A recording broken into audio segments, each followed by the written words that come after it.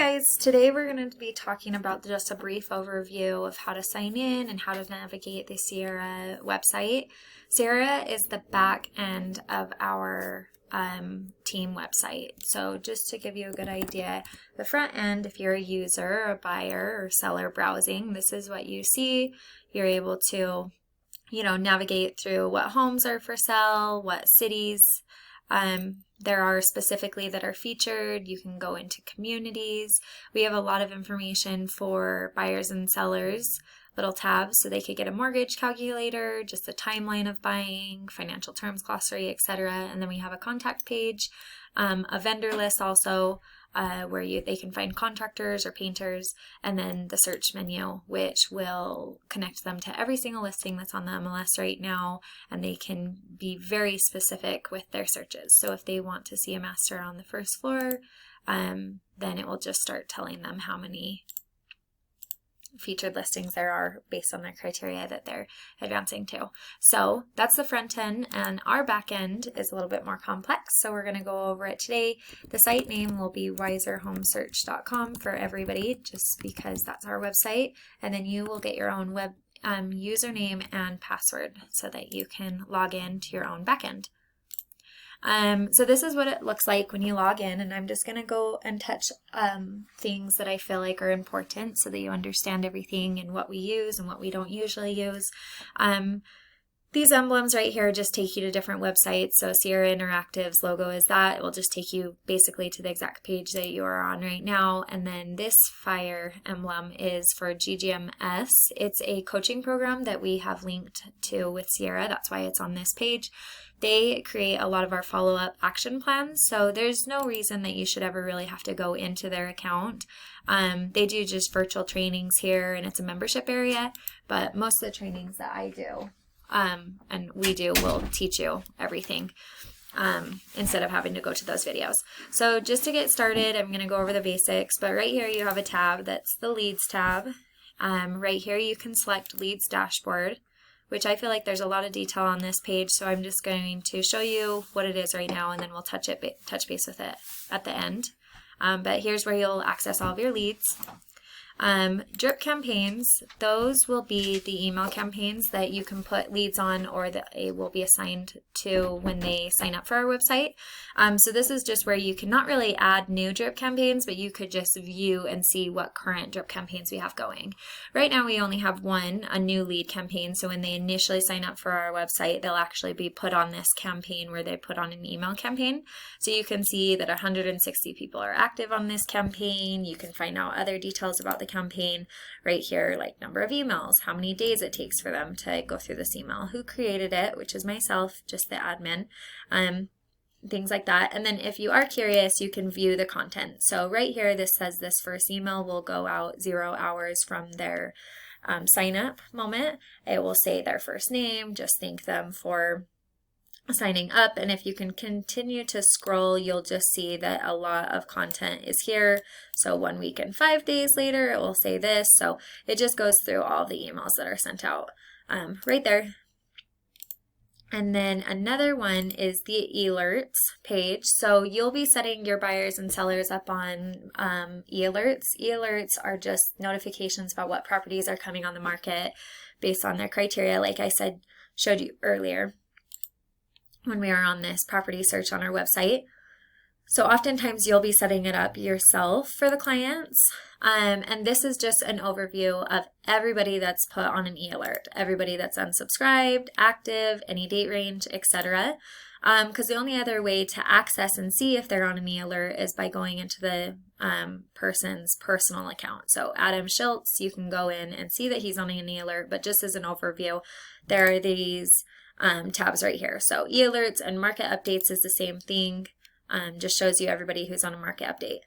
The difference between e-alerts and market updates we'll share and go into detail later, but market updates are for sellers. So it will just share with them the current active and under contract properties based on their given area and details that you set based on criteria. So if somebody wants to know what homes are selling for in their townhome community, then you can draw like a mile radius around their home. Say, I only want to see townhomes that go active within, a certain year within this area. And then they will, based on when you decide to schedule it out, get those updates. So this is where you can see who's on market updates so that clients can see what's selling in their neighborhood that's similar to their home. Action plans, we'll go a lot more in depth into these later because they are very, very detailed. And this is basically exactly how you'll follow up with your clients, keep in touch with them. If you don't keep in touch with them, then the computer and the system can keep in touch with them. And this is like just an organized place for all of our action plans. And there's different types of action plans for the different type of lead, different type of status that lead is in. So if they were an expired lead, we have action plans for them. And we have 2 types of action plans, which we'll go through on a later video, just because this has a lot of detail as well. But they have fully automated action plans and traditional action plans. So right here, you'll be able to access all of the account plans along with your personal plans. Again, we'll go over that later, but just as a brief overview, there is data right here to look at. So oftentimes you'll be able to see like this one has a pretty good response rate. 30% of people respond to it, how many people are in progress, etc., and view the campaign right here so that you have a good idea of what the whole outline of the campaign looks like. So it will tell you on day 1, a text message goes out and the content, day 2, day 4, you can attach videos, pictures, etc. And then fully automated action plans, the main difference, just I want to give you a heads up right now, are they're fully automated. So the computer can do them from start to finish all on its own. Whereas traditional plans, let me go back. So fully automated, from start to finish, the computer can take control of everything. If they ever respond to something, so if a text was automatically sent out to this lead and they respond to you and say, yes, I'm looking for blank, the plan will pause. So the computer will know that we've got a response or we've got a showing request, let's pause this plan. Whereas traditional plans, they do not. They require a little bit more manual effort. So you'll have to stop, pause, and start those on your own. But the benefit of the traditional plan is that there are a few activities that you can add that the fully automated one can't do because it actually involves a human person to do it, such as a task reminder. So if you wanted to create a task for yourselves 5 days after this plan started, then you would go for a traditional. So this is where they are all saved. Again, we'll go into depth on how the plans are ran. And then lastly, we have add a lead. So adding a lead is very simple. Most leads are added into the system on their own, whether they sign up for a Google AdWord or a Facebook or, Zillow, they'll be imported automatically. So you won't have to worry about this too much. But should you be meeting with somebody or you run into somebody and have a conversation with them, on a night out and they're looking to buy and you want to add in the information, you can do that. You can do that manually right here. You could add in the contact information that you know about them. You could add a note about your conversation with them just so that you remember for the future. And then you can also send them a registration email just saying thank you. Now you have a good idea of what's out there. You can also type in more information into this message or edit it however, or you could just completely turn it off and then submit and close, and it will bring you into the leads account that you've just created, or submit and add another, or preview the notification email just so you have a good idea of what it's going to look like. So that is, I think, summed up on this tab so far. We'll go back to Leads Dashboard later. Listings we never use, but just so you know, it's just a featured listing part of the website where you can import a new listing. However, it's not necessary just because our website imports new listings every 5 minutes from the MLS. So there's usually no reason to have to manually import it yourself because the website will do it. And then let's go over here. This question mark will open up just the Knowledge Center.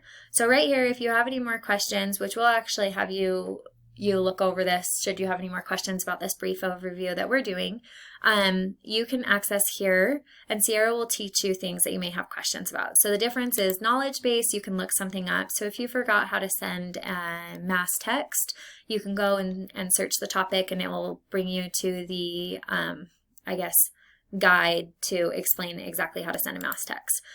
Getting started guide, we'll send you this link, but it will just basically go over the basics, how to, sign up or sign in, create an email address, link your phone numbers, etc.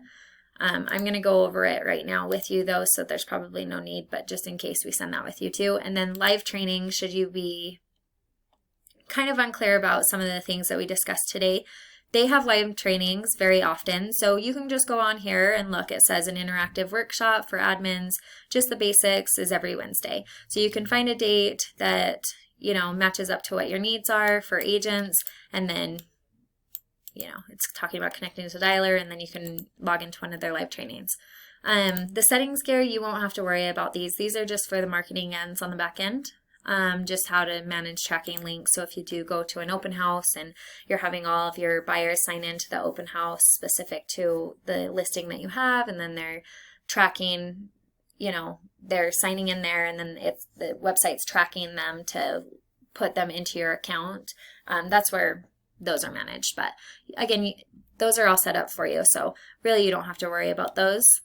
And then these last two things are just what you'll do on a daily basis. So when you do your hour of power or prospecting, you'll be heavily focusing on these. So tasks are the tasks that have been assigned to you each day. So if you get new leads, you'll have tasks on them automatically set up. Call that new lead immediately type thing. This task will show up there so that you don't drop the ball on anybody.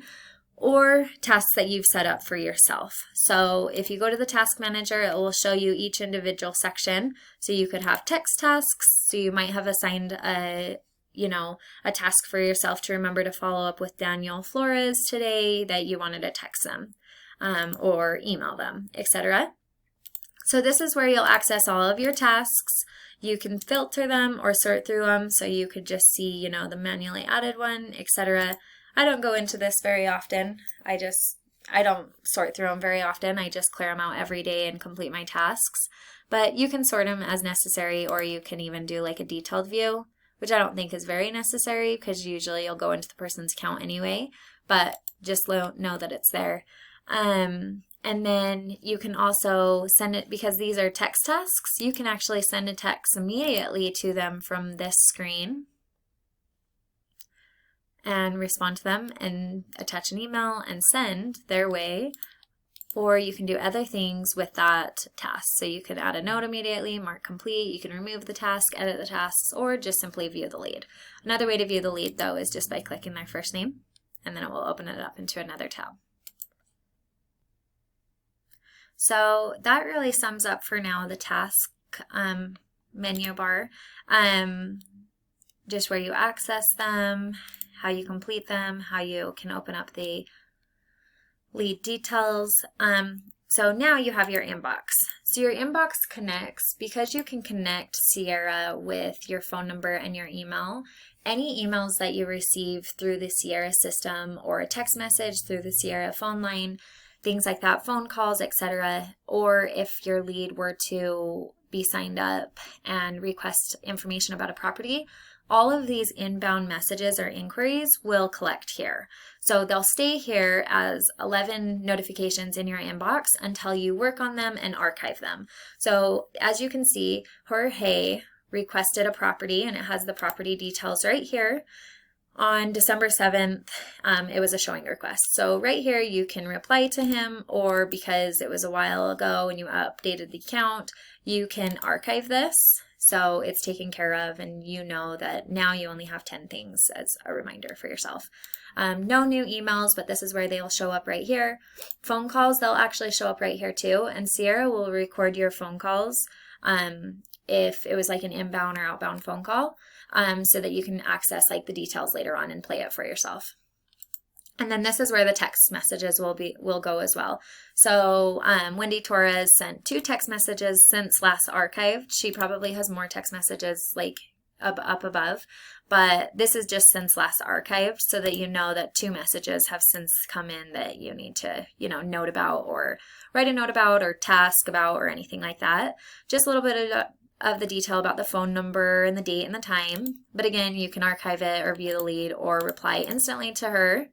And then open up her account and note it and update it as so. So if she told you that she was looking for, I was looking for an example right here, but if they were looking for a home in Sugar House, Right now you can reply and say, great, what price range? And then open up Wendy Torres and then note the file. She's looking in Sugar House, etc. And then you can come back and archive the lead so that in the future you won't have that notification to update, and it will just start taking your inbox count down. So that's obviously a main place that you'll be in a lot when working. And then lastly is just your account settings right here.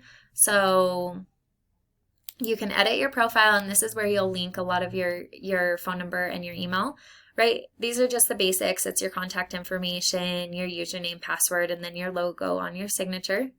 So the emails that go out will have it. And then just email notifications about what you like to receive each day. Do you just want to be notified when new leads come on, or other types of status as well? This is default, which we feel is super necessary, but if you want to add anything more, you can. And then you can connect your email here as well. The email will need to be connected because listing alerts and several things will send out from you. And also when you connect a lead to an action plan that contains an email, it will need your email connected so that it can automatically send out from you.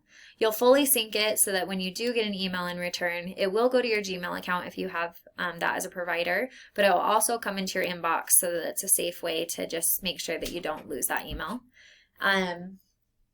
And then lastly, voice and text, you'll connect your phone number so that when you get text inbound, it will go to your cell phone number, but obviously it will have this cover up caller ID depending on what type of agent you are for that lead. So if you're the buyer's agent and another agent in the office is, in our team was the listing agent, you guys can each send text to them, and then it will receive, this will be the numbers that they'll see as their caller IDs. So this is universal, so it doesn't change on them. So say that Christy, myself, was a buyer's agent for a lead for a while, and I transferred it over to you because we were out of town when the lead wanted to meet, and I transferred it over to you as a buyer's agent. If you continue to text them through the Sierra system, they will still see the same caller ID, which is nice. So they won't be getting, couple different or a few different numbers from our team. It will just be the one team line, so it's transferable. This is also where, because it's a dialer, Sierra is set up with a dialer. This is where you'll record your voicemail greeting and your voice messages. So voicemail is if they call you and get your voicemail, what is that going to sound like? Your typical, hi, this is Christy with the Wiser team. Sorry, I missed your call type thing. And then voice messages is continuous voice messages that you leave for people but don't want to say the same thing. So because it is a dialer, say that you're calling lead Ann Smith and it reaches her answering machine, and you're going to be saying, hi Ann, thanks for signing up for our website. We just want to know if you have any questions. Just so things aren't too redundant and you repeat that voicemail over and over again, you can actually save that voicemail in here as the new lead voicemail so that when you're on the dialer and you need to drop a voicemail, the voice messages manager will actually pull up on the dialer when it hits her voicemail, and you can just click new lead voicemail and it will drop that, and you can just hang up and it won't, you won't have to say the lengthy message. But anyway, so that's a cool place where you can do voice messages manager, and we'll actually go over that later just to make sure you're recording the two that we have that we use a lot. So there's the basics, and I did want to get a little bit more into detail about the leads dashboard just because it's the most used area of the website besides your tasks and inboxes. So when you go to leads and leads dashboard, this is where you can access all of your leads. So there's several ways to filter it. Sierra is super, super specific. I love it. It's so detail oriented. So you can select, I want to see all of my prime leads, and I want to sort them by who visits the most. So this is how Sierra will do it for you. You have 12 leads, prime, visits the most, and then you can also do select all. So you could do bulk actions. You can send an email to them, you can add them to the dialer, you want to call through all of them, you can tag them, action plans, drip campaigns, the list goes on. You can reassign the leads, you can update the lead status. We'll go over on a later training date what the statuses mean, because as a whole, universally, Sierra, which is nice, we'll teach you what each status means, and it will mean the same thing to every person, which is nice. So I can talk about a prime lead of mine, and you can talk about a prime lead of yours, and we know prime means the same thing. We know what status that lead means. Here's some frequently used smart filters. So say that you're like, I want all my prime leads, but I want to know if any have a task due today. You can select that and it will just bring up the items. You can also edit some too. So if you are using an action so frequently, you can actually save it. So I'll show you in a second. So say that we wanted to show all of the leads and we wanted to do an advanced search. So each month we say happy birthday to our clients who have a birthday. So we want to search, hey, I want to see all of my birthdays between January 1st to January 31st. For the sake, I'm just going to do March because I want to make sure a few pull up. So you set the date and you add the filter. Should you love that filter that you use, you can save it as a smart filter. Smart filters are right here. So they'll just stay permanently up here for you to use. It might not be very often you do that, but I just want to let you know that that opportunity is there. But anyway, the advanced search is really helpful because it has a lot of information. So as you can see, Brandon has 8 leads that have birthdays between January 1st and March 1st. So he's easily able to let our marketing director know, hey, please send these leads an email. So the advanced search has so many more options though. You can, leading from any contact information to action plans to visits to what they're viewing, etc. So you can really narrow things down specifically. So for the sake of clicking into a client now, I'm getting ready to click into a client. So right now you have your leads dashboard. You've sorted through the people with a birthday. And just before clicking into the actual lead, a lot of content is actually shared with you right here, which is helpful. So it's a pending lead, their first name, their phone number. A short summary is something that we'll be able to add in each person's account. Short summaries attached to the top of this person's account. So it might be something like this: Luke is spouse, something that you don't want chronologically to be pushed to the bottom. So that's nice because even not entering into Susie's account, you can see that Luke is the spouse. These are the details of our conversations. Here's our emails, visits, when they registered, how many listings they've seen, alerts, actions, etc. You could add them. This is the drip campaigns. They don't have an action plan. You could add a task right here or add them onto an action plan as you become familiar with them, etc. But a lot of information you'll have to click into the lead to access. And when you do, this is what it looks like. So just as a little overview, this can go down forever because the history of this one, as we've known, has been in the account for a while and they've been worked for a long time. So they have a lot of details. So the first tab that it will go on just to, as default will be the summary tab. So you'll have all of Susie's contact information right here. You can assign her to different agents, a buying or a selling agent. Here's that short summary that I talked to you about earlier that you can see outside of the lead detail. Lender, you can actually assign them right here to one of our preferred lenders and assign it to them. So now they have access to it. You can add a phone number and email. Each account can hold 2 phone numbers and 2 emails. And then obviously these links, which you don't use very often, but address, birthday, home anniversary, and a linked lead. So if we knew Susie had a linked lead that we wanted to access quite often, so say that Brandon Suku was her son. Well, for time's sake, pretend it's this person. You can actually find the lead in the system that they're linked to and then create the relationship. So if it's a husband and wife, you can select that.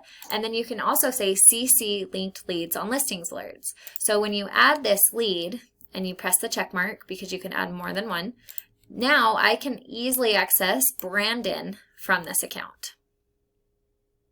So I can just toggle back and forth. And if I did select, if I had selected the CC linked leads, I can actually be sending Brandon simultaneously the listing alerts that I had set them up on. So I'm going to delete him because he really isn't linked. Here's an overview, just kind of showing you the details about when she signed up, etc., and how she did. Contact preferences, this is really important because if a lead likes to get market updates, but they do not like marketing emails, this is where you can shut things off.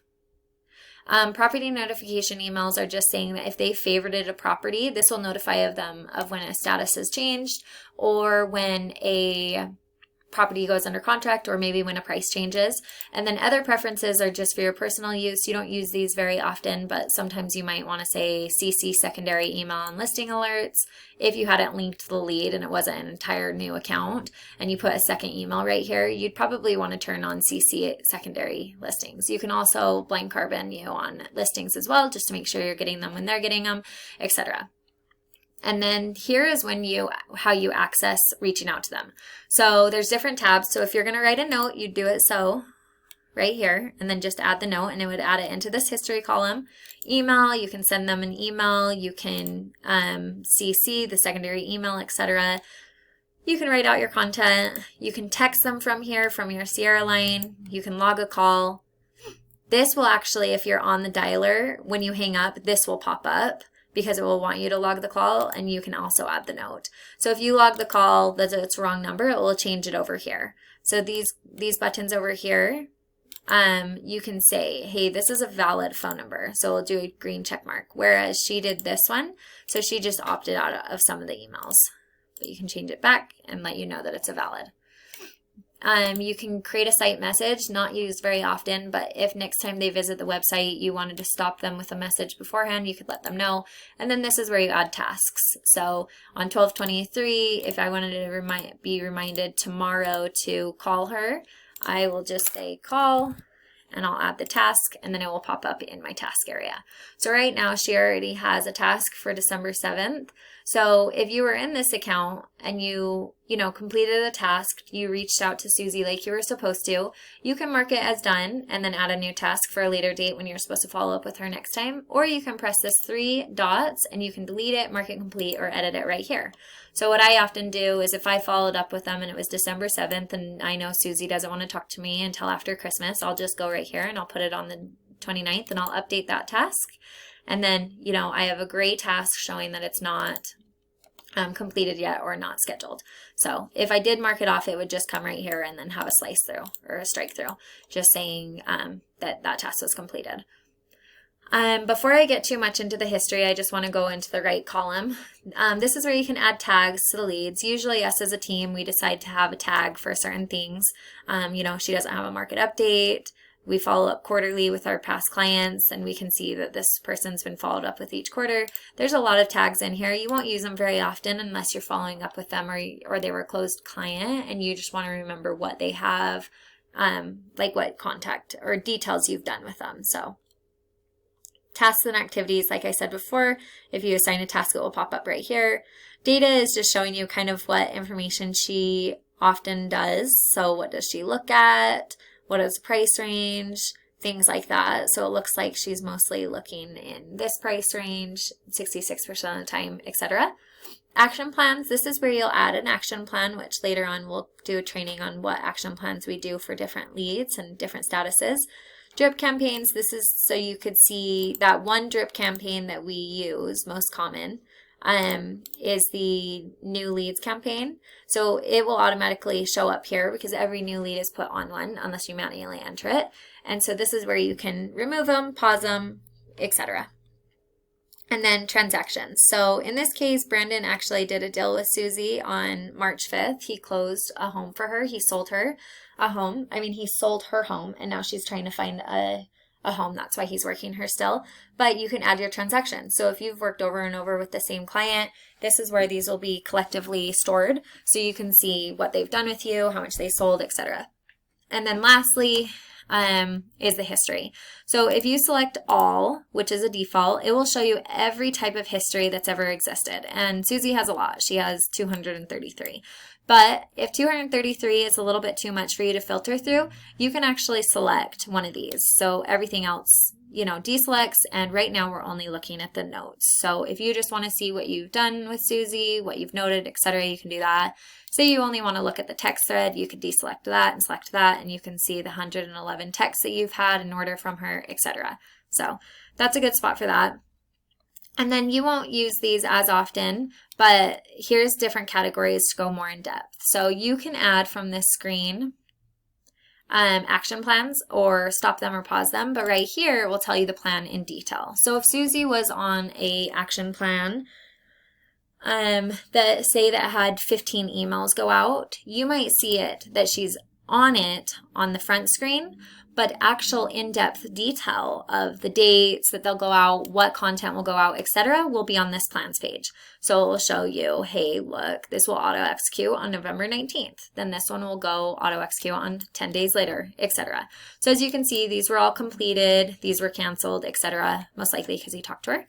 Properties will just show you what Susie's been viewing. So all of her visits have showed that she's done these properties. She's saved certain properties, she's requested certain information on these properties, etc. And then the searches tab will be the searches that you sign her up on. So e-alerts, you can create a new e-alert for her, letting her know that, hey, this is an updated search. I want you to daily receive active properties, residents, single family homes in this area. Basically what you'd see on the MLS. But what does your client want? Save it, and it will pop up here. And then if you email it to them, you can see how frequent your client is getting these alerts, when they open, when they send, etc. This system's really cool because if you read through each of these just to familiarize yourself, there are a lot of details that you can do, such as if you have a very, very active client and you don't want them to miss a single thing, you might want to do as soon as new listings hit the site. That means they might get an email at 10 a.m., but they might get another at 3 p.m. if another thing came available. Or if you have a lead that just needs soft touches because they're not ready yet, but you want to bring value to them, you might just want to send them once a week. So those are conversations that you'll have to have with them based on the scripts that we'll teach you, but that way they'll get listing alerts and then market updates. So if in this case, Susie wanted market updates on the home that she was about to buy, just so she can keep up to date once per month on how the homes are selling in her neighborhood. Or if you talk to Susie and she was going to sell, but she for sure wants to wait 6 months, this might be something to bring value to your client, because every 2 weeks you could send them information about their neighborhood and then they'll remember you, but they'll also have good information just seeing what's selling in their area. And then lastly is the suggest tab. I don't use this very often at all, and I've been doing this for 8 years. If you want to play around with it, it's just basically allowing you to email specific listings to them, which you kind of already do right here. And with proper communication with your clients, there's probably no need to suggest listings this way. I usually text my clients or create a separate email with it, however your form of communication is. So I don't use this very often, but if it's something you want to play around with, it's very explanatory, and this is a very user-friendly back-end system, so I'm sure you can teach yourself. That's really it until further detail goes into our follow-up plan. So I hope this was helpful, and we'll send those other getting started guide just so that you have a good idea of some other, more in depth if you are having trouble logging in or changing your password, etc.